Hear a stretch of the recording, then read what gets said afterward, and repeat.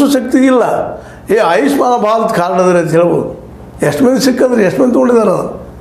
ನಿಜವಾಗಿ ಅದನ್ನು ಯಾರು ಬಳಸ್ಕೊಳ್ಳೋಗಿದ್ದಾರೆ? ದುಡ್ಡಿದ್ದಾರೆ ಬಳಸ್ಕೊಳ್ಳೋಗಿದ್ದಾರೆ ಅದನ್ನು. ಇನ್ನೂ ಅನೇಕ ಉದಾಹರಣೆ ಕೊಡ್ಬೋದು ನಾವು ಇಂಥದನ್ನು.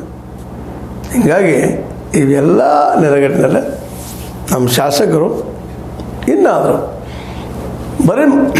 ಬರೀ ಮಾತು ಬೇಡ, ಕೃತಿ ಒಳಗೆ ಏನು ಮಾಡೋಕ್ಕೆ ಸಾಧ್ಯ ಇದೆ? ನಿಮಗೆ ಏನು ಇಲ್ಲಿವರೆಗೆ ಹೊಡೆದ್ರೆ ಆಸ್ತಿ ಒಳಗೆ ಬೇಕಾದ ಉದ್ಯೋಗ ನಿಮ್ಮ ತಾಲೂಕು ಕ್ಷೇತ್ರಗಳಲ್ಲಿ ಅಥವಾ ನಿಮ್ಮ ಕ್ಷೇತ್ರದಲ್ಲಿ ನೀವು ಮಾಡೋಕ್ಕೆ ಸಾಧ್ಯ ಇದೆ.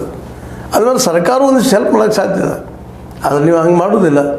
ಯಾಕಪ್ಪ ಅಂತಂದ್ರೆ ನಿಮ್ಮ ಮನೆತನಗಳು ಬೆಳೆಸೋದು, ನಿಮ್ಮ ಕುಟುಂಬ ಬೆಳೆಸೋದು, ನಿಮ್ಮ ಮನೆಯವ್ರು ಉದ್ಯೋಗ ಕೊಡಿಸೋ ಅಷ್ಟೇ ಮಾಡಿದ್ರಿ ವಿನ ಉಳಿದವ್ರು ನಗೆ ಬಿಡ್ತಾರೆ. ಉಳಿದವ್ರು ಕೇವಲ ವೋಟರ್ಸ್ ಅಷ್ಟೇ. ಅವ್ರು ಮತ್ತೆ ಹಾಕ್ಕೊಂಡು ಬರೋದು, ಒಂದು 500,000 ತೊಗೊಳೋದು, ನಡೆದು ಬಿಡೋದು, ಒಂದು ಅಕ್ಕಿಯಲ್ಲಿ ಕೊಡ್ತೀವಿ, ಮತ್ತು ಬೆಳೆಯಲ್ಲಿ ಕೊಡ್ತೀವಿ, ಏನು ಕೊಡ್ತೀವಿ, ಮತ್ತು ಮುಂದಿನ 5 ದಿವಸ ಹೊಡೆಯೋದು ನಮ್ಮ ಜನ ಕೂತ. ಇಷ್ಟೇ ಬಯಸ್ತಾ ಇರೋದು. ಇಲ್ಲಿ ಉದ್ಯೋಗ ಸೃಷ್ಟಿ ಮಾಡಬೇಕು, ಬಡತನ ಹೋಗಿಸ್ಬೇಕು, ಆರೋಗ್ಯ ಕೊಡಬೇಕು, ನಿಮ್ಮಲ್ಲಿ ಯಾರಲ್ಲೂ ಇಲ್ಲ ಅನ್ನೋದಕ್ಕೆ ನೀವು ಗಳಿಸಿದ ಆಸ್ತಿಗಳ ಸಾಕ್ಷಿ. ನಿಮ್ಮ ಜೀವನ ವಿಧಾನ, ನಿಮ್ಮ ಜೀವನ ಶೈಲಿನ ಸಾಕ್ಷಿ.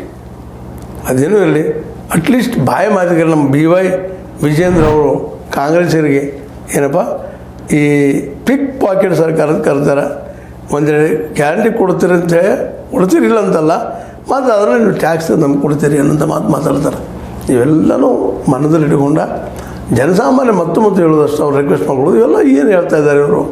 ವಿಜೇಂದ್ರ ಒಂದು ರೀತಿ ಅದನ್ನೇ ಹೇಳ್ತಾರೆ, ಸಿದ್ದರಾಮಯ್ಯರು ಅದನ್ನೇ ಹೇಳ್ತಾರೆ, ಮತ್ತೊಬ್ಬರು ಅದನ್ನೇ ಹೇಳ್ತಾರೆ.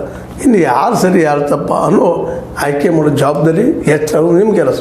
ಅದು ಮಾಡ್ತಿರೋ ಗೊತ್ತಿಲ್ಲ, ನಮ್ಗೆ ಹೇಳ್ಬೇಕಾಯ್ತು ಹೇಳ್ತಾ ಇದ್ದೀನಿ. ನಿಮ್ಮ ಲೈಕ್ ಆಗಿರ್ಬೋದು, ಲೈಕ್ ಮಾಡಿ, ಶೇರ್ ಮಾಡಿ, ಕಮೆಂಟ್ ಮಾಡಿ, ಜೊತೆಗೆ ಸಬ್ಸ್ಕ್ರೈಬ್ ಆಗೋದು ನಿಲ್ಲಿಸಿ ಹೋಗ್ಬೇಡ್ರಿ. S16 ನ್ಯೂಸ್ ಅರ್ಥ ಸೀತಾರಾಮ್ ಇದು ಸತ್ಯದ ಕೈ.